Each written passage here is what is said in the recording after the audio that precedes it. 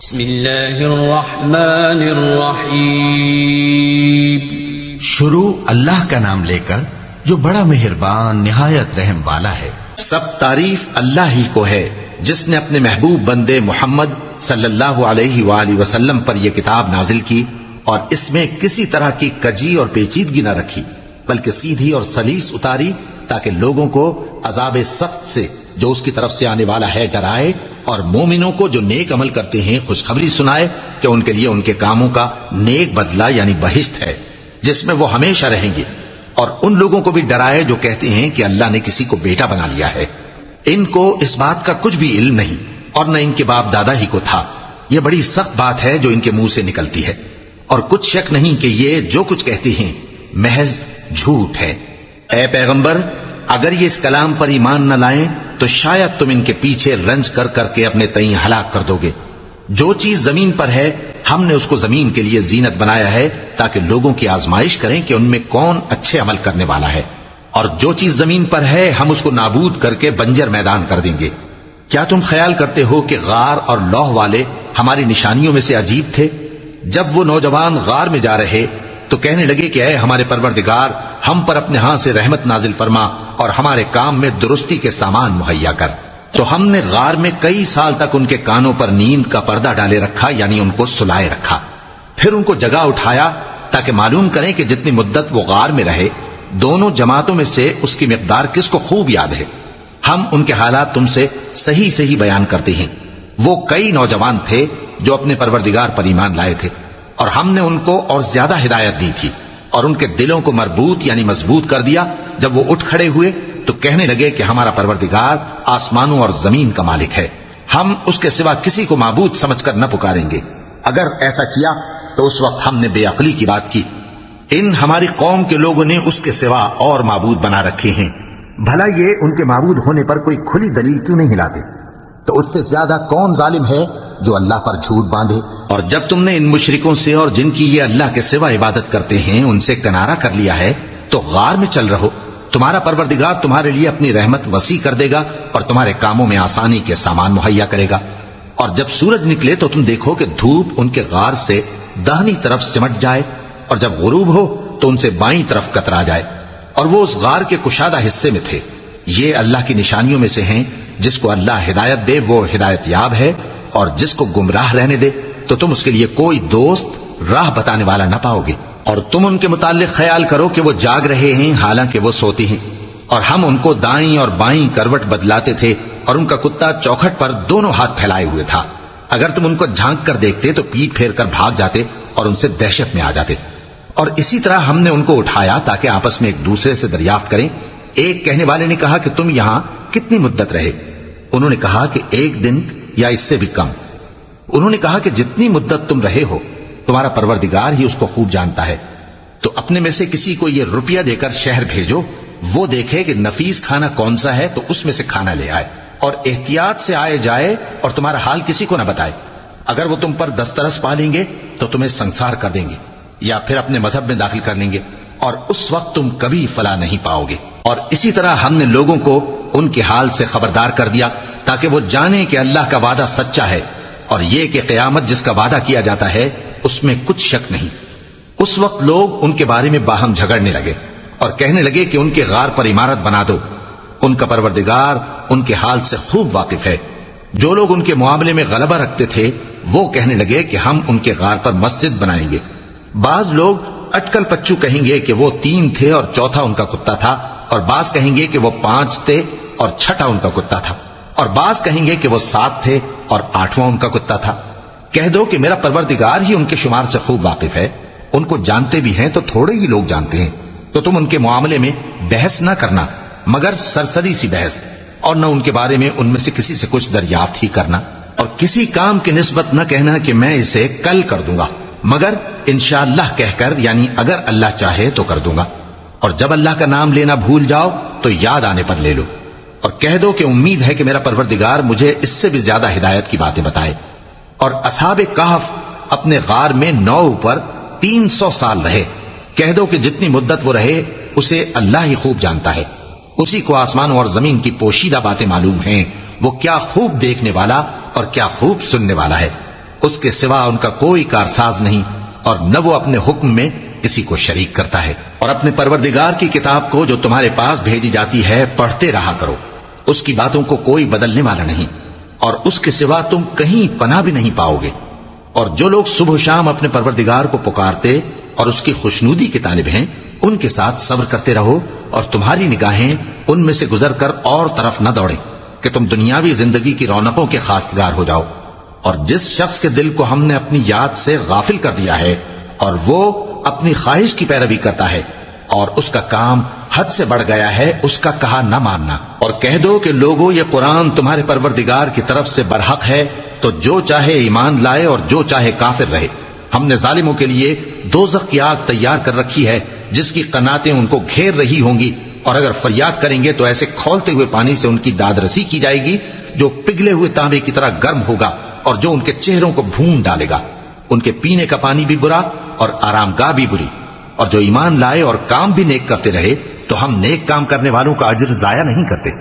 ایسے لوگوں کے لیے ہمیشہ رہنے کے باغ ہیں جن میں ان کے محلوں کے نیچے نہریں بہ رہی ہیں، ان کو وہاں سونے کے کنگن پہنائے جائیں گے، اور وہ باریک دیبا اور اطلس کے سبز کپڑے پہنا کریں گے، اور تختوں پر تکیے لگا کر بیٹھا کریں گے۔ کیا خوب بدلہ اور کیا خوب آرام گاہ ہے۔ اور ان سے دو شخصوں کا حال بیان کرو جن میں سے ایک کو ہم نے انگور کے 2 باغ عنایت کیے تھے اور ان کے گردا گرد کھجوروں کے درخت لگا دیے تھے اور ان کے درمیان کھیتی پیدا کر دی تھی۔ دونوں باغ کثرت سے پھل لاتے اور اس کی پیداوار میں کسی طرح کی کمی نہ ہوتی، اور دونوں میں ہم نے ایک نہر بھی جاری کر رکھی تھی، اور اس طرح اس شخص کو ان کی پیداوار ملتی رہتی تھی۔ تو ایک دن جبکہ وہ اپنے دوست سے باتیں کر رہا تھا، کہنے لگا کہ میں تم سے مال و دولت میں بھی زیادہ ہوں اور جتھے اور جماعت کے لحاظ سے بھی زیادہ عزت والا ہوں، اور ایسی شیخیوں سے اپنے حق میں ظلم کرتا ہوا اپنے باغ میں داخل ہوا۔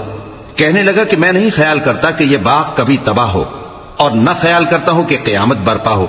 اور اگر میں اپنے پروردگار کی طرف لوٹایا بھی جاؤں تو وہاں ضرور اس سے اچھی جگہ پاؤں گا۔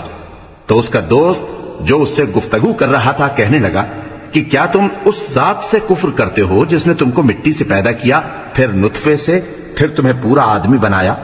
مگر میں تو یہ کہتا ہوں کہ اللہ ہی میرا پروردگار ہے، اور میں اپنے پروردگار کے ساتھ کسی کو شریک نہیں کرتا۔ اور جب تم اپنے باغ میں داخل ہوئے تو تم نے ماشاء اللہ لا قوت الا باللہ کیوں نہ کہا؟ اگر تم مجھے مال و اولاد میں اپنے سے کمتر دیکھتے ہو تو عجب نہیں کہ میرا پروردگار مجھے تمہارے باغ سے بہتر عطا فرمائے، اور تمہارے اس باغ پر آسمان سے آفت بھیج دے تو وہ صاف میدان ہو جائے، یا اس باغ کی نہر کا پانی گہرائی میں اتر جائے تو پھر تم اسے تلاش نہ کر سکو، اور اس کے میووں کو عذاب نے آ گھیرا اور وہ اپنی چھتریوں پر گر کر رہ گیا، تو جو مال اس نے اس پر خرچ کیا تھا اس پر حسرت سے ہاتھ ملنے لگا اور کہنے لگا کہ کاش میں اپنے پروردگار کے ساتھ کسی کو شریک نہ بناتا۔ اس وقت اللہ کے سوا کوئی جماعت اس کی مددگار نہ ہوئی اور نہ وہ بدلہ لے سکا۔ یہاں سے ثابت ہوا کہ حکومت سب اللہ کی ہے،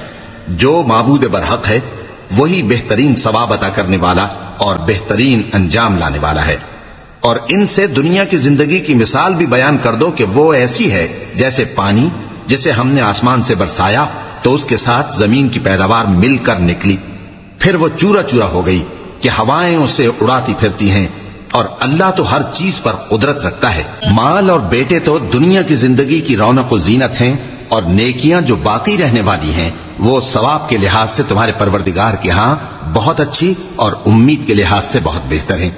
اور جس دن ہم پہاڑوں کو چلائیں گے اور تم زمین کو صاف میدان دیکھو گے اور ان لوگوں کو ہم جمع کر لیں گے تو ان میں سے کسی کو بھی نہیں چھوڑیں گے، اور سب تمہارے پروردگار کے سامنے صف باندھ کر لائے جائیں گے، تو ہم ان سے کہیں گے کہ جس طرح ہم نے تم کو پہلی بار پیدا کیا تھا اسی طرح آج تم ہمارے سامنے آئے، لیکن تم نے تو یہ خیال کر رکھا تھا کہ ہم نے تمہارے لیے قیامت کا کوئی وقت مقرر ہی نہیں کیا، اور اعمال کی کتاب کھول کر رکھی جائے گی تو تم گناہگاروں کو دیکھو گے کہ جو کچھ اس میں لکھا ہوگا اس سے ڈر رہے ہوں گے، اور کہیں گے ہائے شامت، یہ کیسی کتاب ہے کہ نہ چھوٹی بات کو چھوڑتی ہے نہ بڑی کو، کوئی بات بھی نہیں مگر اسے لکھ رکھا ہے، اور جو عمل کیے ہوں گے سب کو حاضر پائیں گے، اور تمہارا پروردگار کسی پر ظلم نہیں کرے گا۔ اور جب ہم نے فرشتوں کو حکم دیا کہ آدم کو سجدہ کرو تو سب نے سجدہ کیا مگر ابلیس نے نہ کیا، وہ جنات میں سے تھا تو اپنے پروردگار کے حکم سے باہر ہو گیا، کیا تم اس کو اور اس کی اولاد کو میرے سوا دوست بناتے ہو، حالانکہ وہ تمہارے دشمن ہیں، اور شیطان کی دوستی ظالموں کے لیے اللہ کی دوستی کا برا بدل ہے۔ میں نے ان کو نہ تو آسمانوں اور زمین کے پیدا کرنے کے وقت بلایا تھا اور نہ خود ان کے پیدا کرنے کے وقت، اور میں ایسا نہ تھا کہ گمراہ کرنے والوں کو مددگار بناتا۔ اور جس دن اللہ فرمائے گا کہ اب میرے شریکوں کو جن کی نسبت تم معبود ہونے کا گمان رکھتے تھے بلاؤ، تو وہ ان کو بلائیں گے مگر وہ ان کو کچھ جواب نہ دیں گے، اور ہم ان کے درمیان ہلاکت کی ایک جگہ بنا دیں گے، اور گناہگار لوگ دوزخ کو دیکھیں گے تو یقین کر لیں گے کہ وہ اس میں پڑنے والے ہیں، اور اس سے بچنے کا کوئی رستہ نہ پائیں گے۔ اور ہم نے اس قرآن میں لوگوں کے سمجھانے کے لیے طرح طرح کی مثالیں بیان فرمائی ہیں، لیکن انسان سب چیزوں سے بڑھ کر جھگڑالو ہے۔ اور لوگوں کے پاس جب ہدایت آ گئی تو ان کو کس چیز نے منع کیا کہ ایمان لائیں اور اپنے پروردگار سے بخشش مانگیں، بجز اس کے کہ اس بات کے منتظر ہوں کہ انہیں بھی پہلوں کا سا معاملہ پیش آئے یا ان پر عذاب سامنے سے آ جائے۔ اور ہم جو پیغمبروں کو بھیجا کرتے ہیں تو صرف اس لیے کہ لوگوں کو اللہ کی نعمتوں کی خوشخبریاں سنائیں اور عذاب سے ڈرائیں۔ اور جو کافر ہیں وہ باطل کی مدد سے جھگڑا کرتے ہیں تاکہ اس سے حق کو پھسلا دیں، اور انہوں نے ہماری آیتوں کو اور جس چیز سے ان کو ڈرایا جاتا ہے اسے ہنسی بنا لیا ہے۔ اور اس سے بڑھ کر ظالم کون، جس کو اس کے پروردگار کی آیات کے ذریعے سمجھایا گیا تو اس نے ان سے منہ پھیر لیا، اور جو اعمال وہ آگے کر چکا اس کو بھول گیا۔ ہم نے ان کے دلوں پر پردے ڈال دیے کہ اسے سمجھ نہ سکیں، اور کانوں میں ثقل پیدا کر دیا ہے کہ سن نہ سکیں۔ اور اگر تم ان کو رستے کی طرف بلاؤ تو کبھی رستے پر نہ آئیں گے، اور تمہارا پروردگار بخشنے والا صاحب رحمت ہے۔ اگر وہ ان کے کرتوتوں پر ان کو پکڑنے لگے تو ان پر جھٹ عذاب بھیج دے، مگر ان کے لیے ایک وقت مقرر کر رکھا ہے کہ اس کے عذاب سے کوئی پناہ کی جگہ نہ پائیں گے۔ اور یہ بستیاں جو ویران پڑی ہیں، جب انہوں نے کفر کر کے ظلم کیا تو ہم نے ان کو تباہ کر دیا، اور ان کی تباہی کے لیے ایک وقت مقرر کر دیا تھا۔ اور جب موسیٰ نے اپنے شاگرد سے کہا کہ جب تک میں دو دریاؤں کے ملنے کی جگہ نہ پہنچ جاؤں ٹلنے کا نہیں، خاص صدیوں چلتا رہوں، پھر جب وہ دونوں ان دریاؤں کے سنگم پر پہنچے تو اپنی مچھلی بھول گئے۔ پھر اس مچھلی نے دریا میں سرنگ کی طرح اپنا رستہ بنا لیا۔ جب آگے چلے تو موسیٰ نے اپنے شاگرد سے کہا کہ ہمارا کھانا لاؤ، اس سفر سے ہم کو بہت تکان ہو گئی ہے۔ اس نے کہا کہ بھلا آپ نے دیکھا کہ جب ہم نے اس چٹان کے پاس آرام کیا تھا تو میں مچھلی وہیں بھول گیا، اور مجھے آپ سے اس کا ذکر کرنا شیطان نے بھلا دیا، اور اس مچھلی نے عجیب طرح سے دریا میں اپنا رستہ بنایا۔ موسیٰ نے کہا یہی تو وہ مقام ہے جسے ہم تلاش کرتے تھے۔ تو وہ اپنے پاؤں کے نشان دیکھتے دیکھتے لوٹ گئے۔ وہاں انہوں نے ہمارے بندوں میں سے ایک بندہ دیکھا جس کو ہم نے اپنے ہاتھ سے رحمت خاص سے نوازا تھا، اور اپنے پاس سے ایک خاص علم بخشا تھا۔ موسیٰ نے ان سے جن کا نام خضر تھا کہا کہ جو علم اللہ کی طرف سے آپ کو سکھایا گیا ہے، اگر آپ اس میں سے مجھے کچھ بھلائی کی باتیں سکھائیں تو میں آپ کے ساتھ رہوں۔ خضر نے کہا کہ تم میرے ساتھ رہ کر صبر نہیں کر سکو گے، اور جس بات کی تمہیں خبر ہی نہیں اس پر صبر کر بھی کیسے سکتے ہو؟ موسیٰ نے کہا اللہ نے چاہا تو آپ مجھے صابر پائیے گا، اور میں آپ کے ارشاد کے خلاف نہیں کروں گا۔ خضر نے کہا اگر تم میرے ساتھ رہنا چاہو تو شرط یہ ہے مجھ سے کوئی بات نہ پوچھنا جب تک میں خود اس کا ذکر تم سے نہ کروں۔ تو دونوں چل پڑے، یہاں تک کہ جب کشتی میں سوار ہوئے تو خضر نے کشتی کو پھاڑ ڈالا۔ موسیٰ نے کہا کیا آپ نے اس کو اس لیے پھاڑا ہے کہ سواروں کو غرق کر دی؟ یہ تو آپ نے بڑی عجیب بات کی۔ صدق اللہ العظیم۔